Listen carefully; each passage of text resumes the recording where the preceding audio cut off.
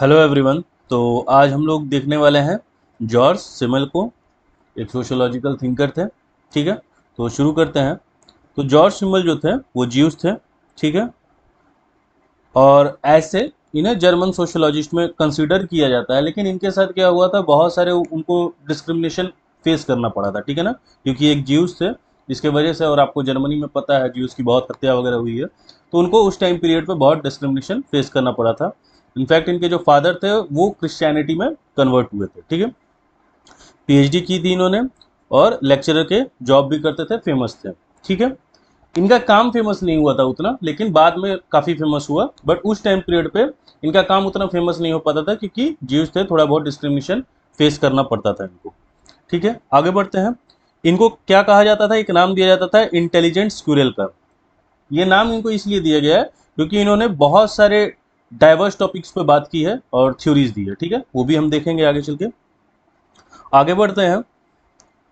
Herbert Spencer के बारे में आपने लास्ट वीडियो में देखा ही है, डिफरेंशिएशन एंड इंटीग्रेशन के बारे में उन्होंने बताया। तो इन्हें आइडिया आया क्या आइडिया आया कि क्यों ना डिफरेंशिएशन और इंटीग्रेशन, जैसे वो एक सोसाइटी के अंदर जाके देख रहे हैं कि सब लोग डिफरेंट डिफरेंट वर्क कर रहे हैं, फिर भी सब हारमोनी में रह रहे हैं।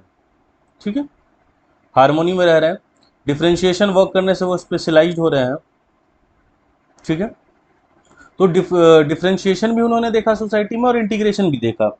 तो उन्हें जो थॉट आया कि क्यों ना माइक्रो टॉपिक्स के बारे में कुछ बात की जाए। ठीक है ना, और डेली इंटरेक्शंस जो हो रहे हैं उसके बारे में बात की जाए। ठीक है ना, तो इन्होंने सोशलाइजेशन जैसी चीज़ों पे ध्यान दिया। ठीक है ना, कि जैसे आप हम डेली मिल रहे हैं, जो सोशलाइज हैं, हम कैसे हैं, क्या क्या हम बात करते हैं, कैसे इंटरेक्ट करते हैं, इन चीज़ों पे इनका ज़्यादा फोकस रहा है। जैसे फैमिली हो गई, ऑर्गेनाइजेशन हो गया, कंट्री हो गया, कंट्री को लेकर हम क्या सोचते हैं। ठीक है, चलिए आगे देखते हैं। जैसे हस्बैंड एंड वाइफ है, फिर चाइल्ड होता है, ये आ गया आपको सोशल लेवल पे बात। इकोनॉमिक लेवल पे देखें, कैपिटलिस्ट हैं और वर्कर हैं, तो कुछ ना कुछ प्रोडक्शन होता है। ठीक है, पॉलिटिशियन है, उनके जो फॉलोअर्स हैं, अगर वो जीतते हैं तो जो भी वो अपने लोगों के लिए, जिनके लिए वो जीते हैं, उनके लिए क्या लॉज लेने वाले हैं, क्या पॉलिसीज वो बनाएंगे। ठीक है, तो ये पॉलिटिकल हो गया। ठीक है, ऐसी ऐसी चीज़ों पे इनका ध्यान था। अब आते हैं हम जॉर्ज सैमुअल के सब्जेक्ट मैटर पे। ठीक है, तो सब्जेक्ट मैटर इनका क्या क्या रहा, इन्होंने बात की सोशल इंटरेक्शंस पे, forms and content, philosophy of money. इनकी फिलॉसफी ऑफ मनी काफ़ी अच्छी थ्योरी है। ठीक है, मैं तो थोड़ा बता दूंगा, लेकिन जितना आप डीप जाते जाएंगे ना इस थ्योरी के, क्योंकि फिर वही वाली बात है, क्योंकि ये सब जो हम पढ़ रहे हैं वो एक्स्ट्रा है, ये यूपीएससी में ये सिलेबस में नहीं है, इसलिए मैं थोड़ा थोड़ा बताऊंगा। चार के बारे में आपको डिटेल में बता दूंगा। ठीक है, मेट्रोपोलिस एंड मेंटल लाइफ काफ़ी रेलेवेंट है आज के टाइम पे। ठीक है, स्ट्रेंजर थ्योरी दी है, सोशल डिस्टेंस के बारे में बात की है, कन्फ्लिक्ट के बारे में बात की है इन्होंने। ठीक है, तो एक एक करके तीन चार थ्योरीज को हम डिटेल में देखते हैं कि इन्होंने कहा क्या है या दिया क्या है। फर्स्ट चलते हैं सोशल इंटरेक्शंस।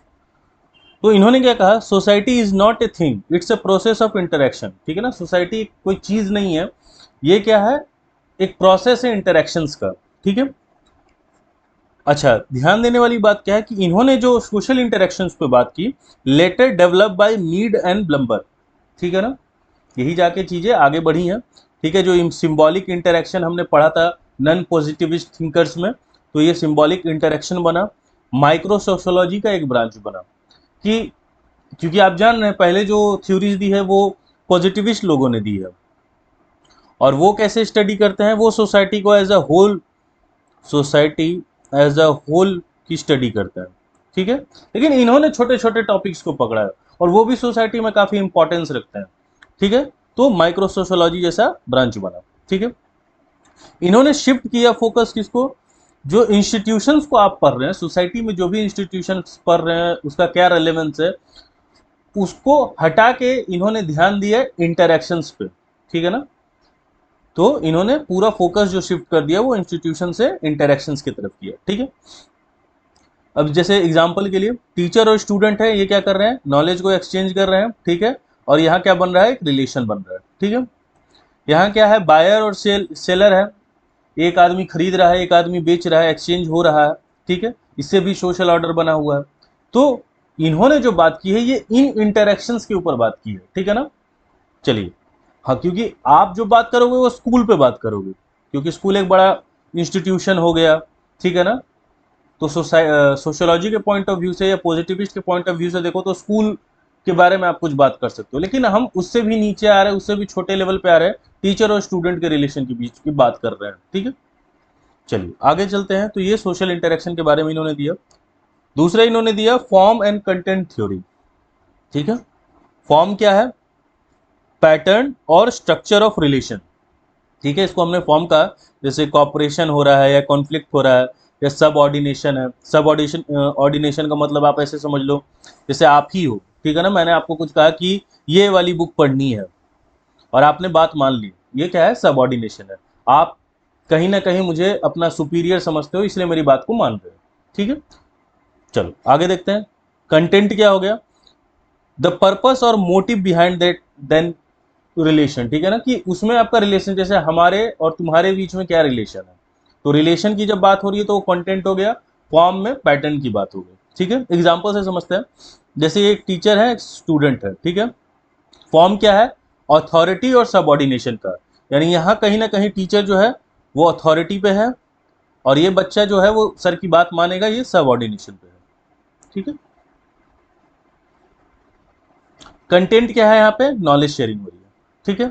दूसरा एग्जांपल ले लेते हैं, जैसे बॉस और एम्प्लॉय का होता है। फॉर्म क्या है? सुपीरियर और सबऑर्डिनेट का, यानी बॉस क्या हो गए? सुपीरियर हो गए, और एम्प्लॉय क्या हो गया? सबऑर्डिनेट हो गया, ठीक है। कंटेंट क्या आ गया? वर्क या मनी। एम्प्लॉय को काम करना है, वो उनके सीनियर है, सुपीरियर है, जो बोलेंगे वैसे ही काम करना है। काम क्यों करना है? मनी के लिए करना है, ठीक है। तो कंटेंट क्या हो गया हमारा? वर्क या मनी। चलिए, आई होप समझ में आ गया होगा। आगे चलते हैं। फिलोसफी ऑफ मनी 1900 में दिया इन्होंने, ठीक है।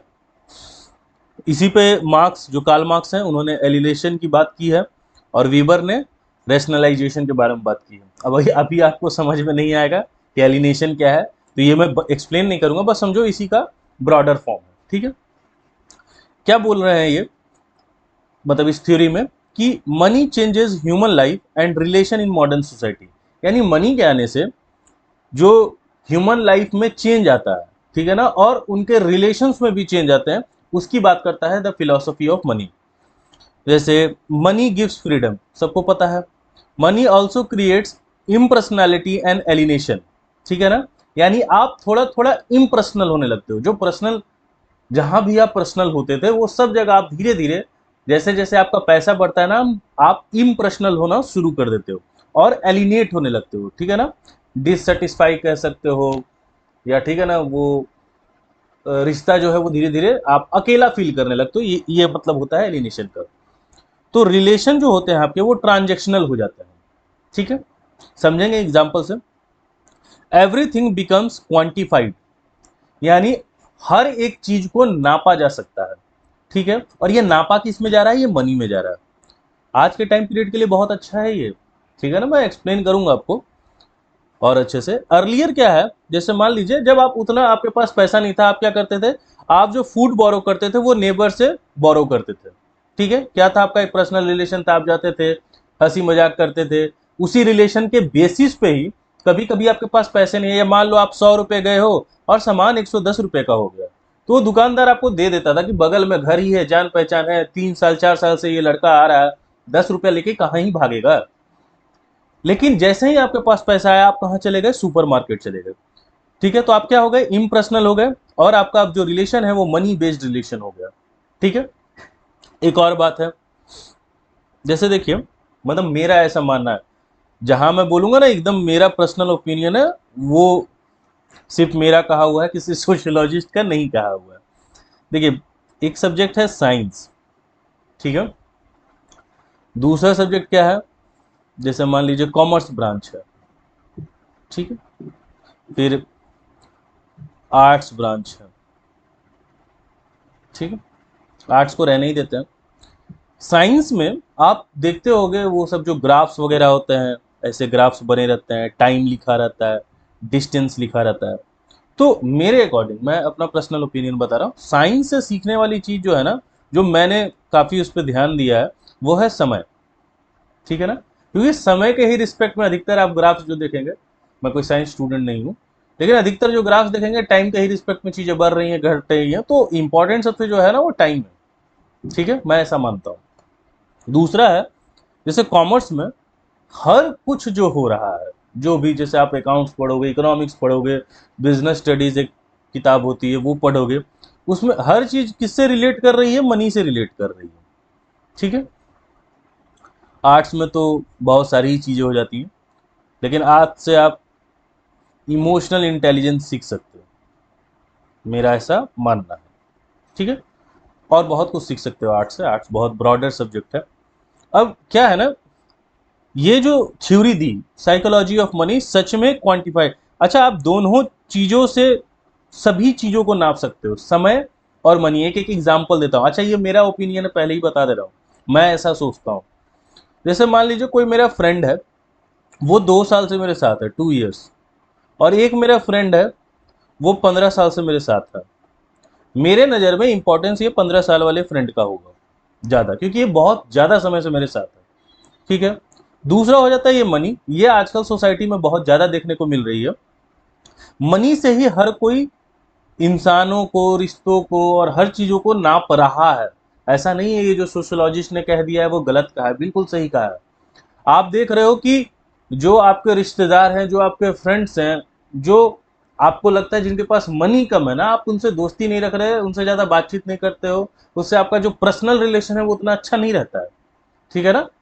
आपको लगता है कि पैसे की मेरे को जरूरत पड़ेगी तो ये आदमी तो मदद नहीं कर पाएगा, इसीलिए आपके रिलेशन उनके साथ अच्छे नहीं है। और देखोगे जिनके पास पैसा ज़्यादा है ना, वो आदमी मतलब पर्सनल करेक्टर में भी अगर ठीक ना हो, जिसका लैंग्वेज थोड़ा ठीक ना हो, वो समझदारी की बात नहीं भी करता है ना, फिर भी उसके आसपास बहुत सारे लोगों का जमावड़ा रहता है। चाहे वो आपके रिलेटिव हो, चाहे वो आपके कोई दोस्त हो सकते हैं। तो ये आपको सोसाइटी में देखने को मिलता है। ठीक है। अच्छा, जिस आदमी के पास ये पैसा सच में ज़्यादा होते जाएगा भी ना, तो सच में वो इम्पर्सनल होते ही जाएगा। क्योंकि वो खुद भी, जैसे एक तो मैंने बता दिया कि कैसे आप लोग उनसे रिलेट करते हो। ठीक है ना, कि जिसके पास पैसा है, जिस रिलेटिव के पास, दोस्त के पास, उसके पास आप लोग जाते हो, पर्सनल रिलेशन अच्छा रखते हो। लेकिन ऑन द अदर हैंड, आपसे अगर कोई पैसे में कम है तो उससे आप रिलेशन कम रखते हो, हंसी मजाक कम करते हो, समझ रहे हो ना। लेकिन अब उस पर्सन की बात कर रहा हूँ जिसके पास पैसा ज्यादा है। ऐसा नहीं है, वो भी ऐसा ही सोचता है। वो भी ये सोचता है कि मेरे साथ जितने लोग हैं या मेरे आगे पीछे जो घूम रहे हैं, इनके पास तो पैसा नहीं है। कल ठीक है मेरे पास बहुत पैसा है, लेकिन मुझे कोई प्रॉब्लम आ गया, कुछ आ गया, तो ये लोग मदद नहीं कर पाएंगे।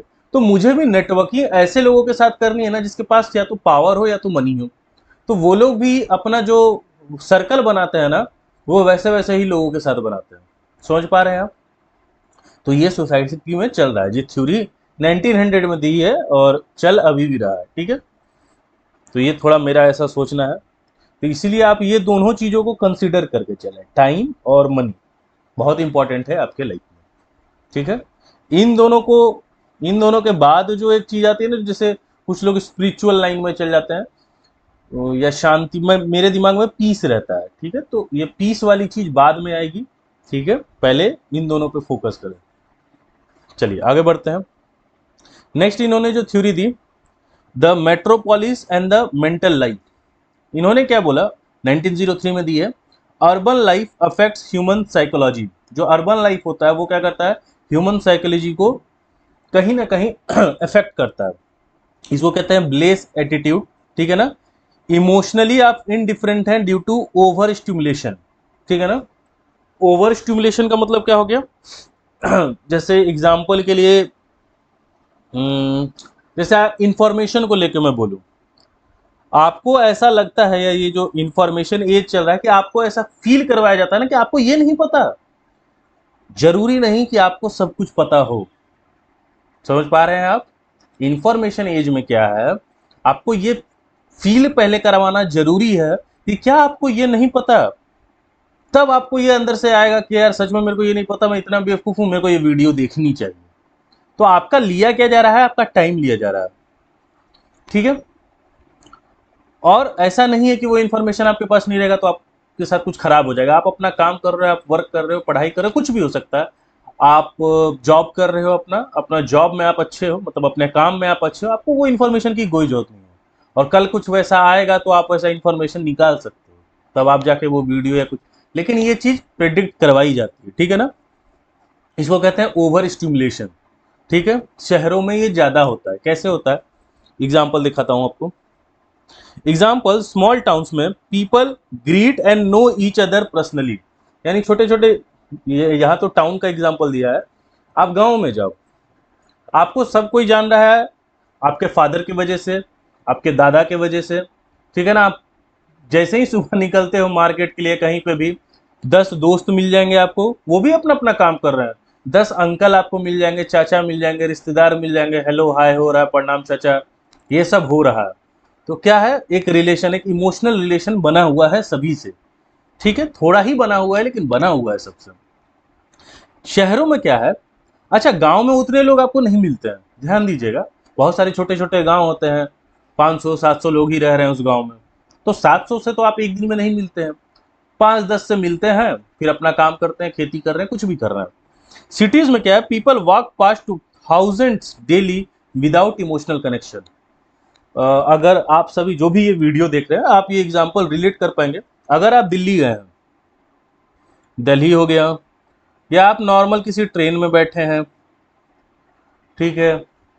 मैं 2-3 एग्जांपल आपको दूंगा। जैसे दिल्ली के मेट्रो में आप चढ़ जाइए, मतलब मुझे ऐसा फील होता है, जरूरी नहीं सबको ऐसा फील हो, कि आपको ऐसा लगेगा ना कि सब लोग अपने मोबाइल या किसी वर्क में जा रहे हैं। सुबह 8-9 बजे आप चढ़िएगा, सब लोग अपने ड्यूटी पे जा रहे हैं, सबका शक्ल पे 12 बजे हुए हैं, ठीक है, कोई जाना नहीं चाहता है, ठीक है। या आते वक्त भी देखिए तो उनकी शक्ल, कोई किसी से बात नहीं कर रहा, अगर बात भी कर रहा है तो वो अपना फोन पे किसी दोस्त वगैरह से बात कर रहे हैं, किसी का किसी से कोई इमोशनल कनेक्ट नहीं है, ठीक है। दूसरा देखेंगे, ट्रेन वगैरह में अगर आपने सफ़र किया है, कुछ लोग तो बात कर लेते हैं, नहीं तो जब से फ़ोन आया है सब लोग कोई मूवीज़ डाउनलोड करके लेके जाते हैं, वो मूवीज़ देख रहे हैं या किताब पढ़ रहे हैं।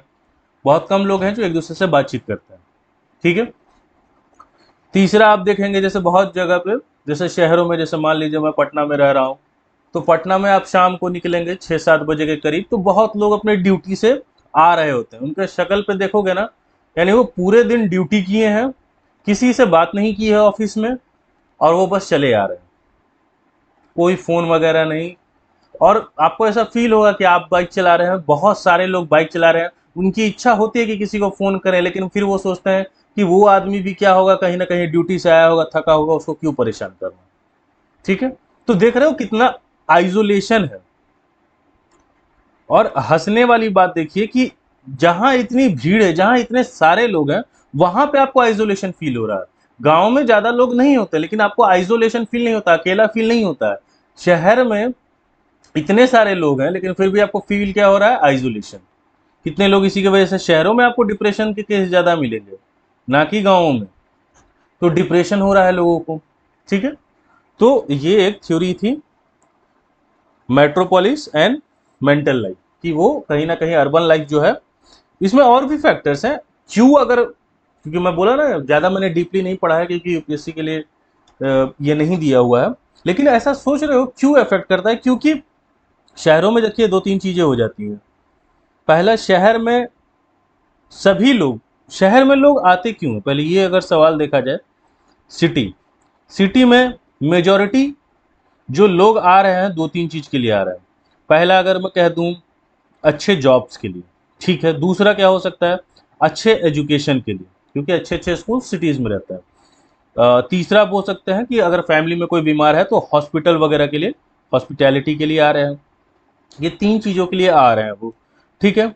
अच्छा, जो जॉब कर रहे हैं, जो बच्चे हैं जो यहाँ एजुकेशन ले रहे हैं, उन वो देख रहे हैं कि सिर्फ मेरा ही एक स्कूल नहीं है, ऐसे 100 स्कूल हैं इस सिटी में, इतने सारे बच्चे हैं, इतना सारा कंपटीशन है, ठीक है ना। तो उसके दिमाग में पहले ही प्रेशर जनरेट होना शुरू हो जाता है। अब अगर मैं सारे दोस्तों से मिलूंगा, सबसे बातचीत करूंगा, हंसी मजाक करूंगा, खेलने जाऊंगा, तो मैं अपनी लाइफ नहीं बना पाऊंगा। इसलिए मुझे क्या करना होगा, आइसोलेट रहना होगा, किसी से बातचीत नहीं करनी होगी, ठीक है ना। इमोशनल जो रिश्ता है वो कम रखा जाए।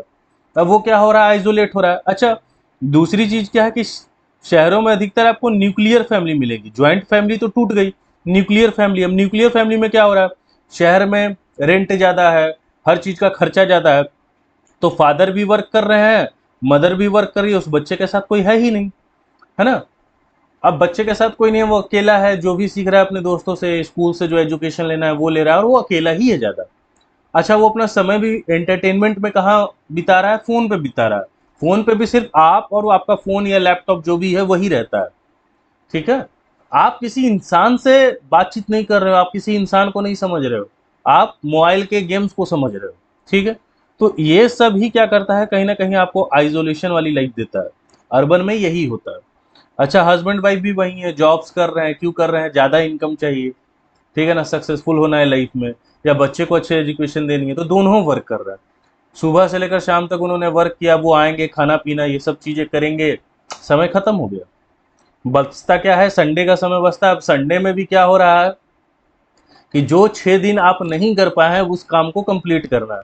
बिल्स भरने हैं, क्लोथ्स को साफ करना है, जो भी चीज़ें हैं, जो भी अरेंजमेंट्स करने हैं वो। तो आप बातचीत कहाँ कर रहे हैं? आप सोशल हो कहाँ रहे हैं? ठीक है ना? आप सोशल होने भी जाते हैं सोशल नेटवर्किंग पे, जबकि आपके पास लोग हैं। ठीक है? तो ये सारे चीज़ों की वजह से सिटी की लाइफ में आप देखोगे ज़्यादा जो साइकोलॉजिकली जो प्रॉब्लम्स होती है ना, मेंटल रिलेटेड जो प्रॉब्लम होती है, वो आपको ज़्यादा देखने को मिलती है। गाँव में ये देखने को नहीं मिलेगा, ठीक है? और गाँव में क्या है ना, थोड़ा जैसे नेचर को देख के ना हम थोड़ा खुश होते हैं, ठीक है? ये हमारा इनबिल्ट कैटेगरी है कि जो नेचर का सौंदर्य है, एस्थेटिक थिंग्स हैं, उन चीज़ों को हम देख के खुश होते हैं, शांति मिलती है।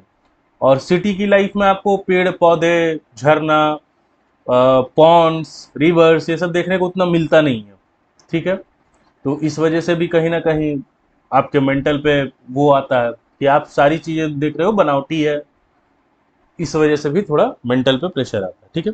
तो मैंने यहाँ पे 4 थ्योरी आपको एक्सप्लेन की है, ठीक है? ऐसे टोटल इन्होंने 7 दी हैं। 7 दी हैं, देखो मैंने 4 एक्सप्लेन कर दिया है, इतना काफ़ी होगा आपके लिए, ठीक है? मैं एक और चीज़ बस क्या बोल सकते हैं, इन्फॉर्मेशन आपको प्रोवाइड कर रहा हूँ।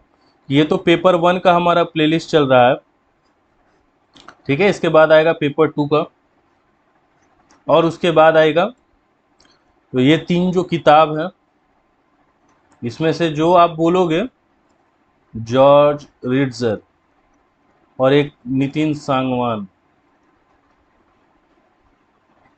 आप जो किताब पहले बोलोगे उसकी प्लेलिस्ट में बना दूंगा, ठीक है? ये तो मेरा टारगेट है दिसंबर, कोशिश तो है कि दिसंबर तक ये दोनों ही कंप्लीट हो जाए, एक की बात नहीं करूंगा, दोनों ही कंप्लीट हो जाए। और फिर इन तीनों में से कमेंट्स जिस किताब का नाम का आएगा। अच्छा, लेकिन इसमें यह है ना कि मैं टोटल ही चैप्टर्स कराऊंगा, ठीक है ना? यूपीएससी के लिए टोटल इंपॉर्टेंट नहीं है, कुछ ही है, लेकिन मैं टोटल कराऊंगा। तो और मैं इंट्रोडक्शन में, इसमें भी जब मैं फर्स्ट वीडियो बनाऊंगा ना, तो इंट्रोडक्शन में आपको बता दूंगा कौन से चैप्टर यूपीएससी के लिए इंपॉर्टेंट है, तो आप सिर्फ चाहें तो वही वीडियोस भी जाके देख सकते हैं। इसमें चीज़ें डिटेल में रहेगी, ज़्यादा डिटेल में रहेगी। जैसे अभी शॉर्टकट थोड़ा मैं समराइज फॉर्म में चीज़ों को पढ़ा रहा हूँ कि आपको एक कॉन्सेप्चुअल क्लैरिटी हो जाए कि क्या क्या चीज़ें पढ़नी है, और आप किताब भी पढ़ ही रहे होंगे, ठीक है? लेकिन इसमें जो चीज़ें रहेंगी वो ज़्यादा डिटेल्ड वे में रहेंगी, ठीक है? तो फिलहाल के लिए आप ऐसे ही, आपका चेहरा बिल्कुल ऐसा ही है, आप मुस्कुराते रहें, टेंशन कम लें, अपना ख्याल रखें, और फिर हम मिलते हैं नेक्स्ट वीडियो में। बाय।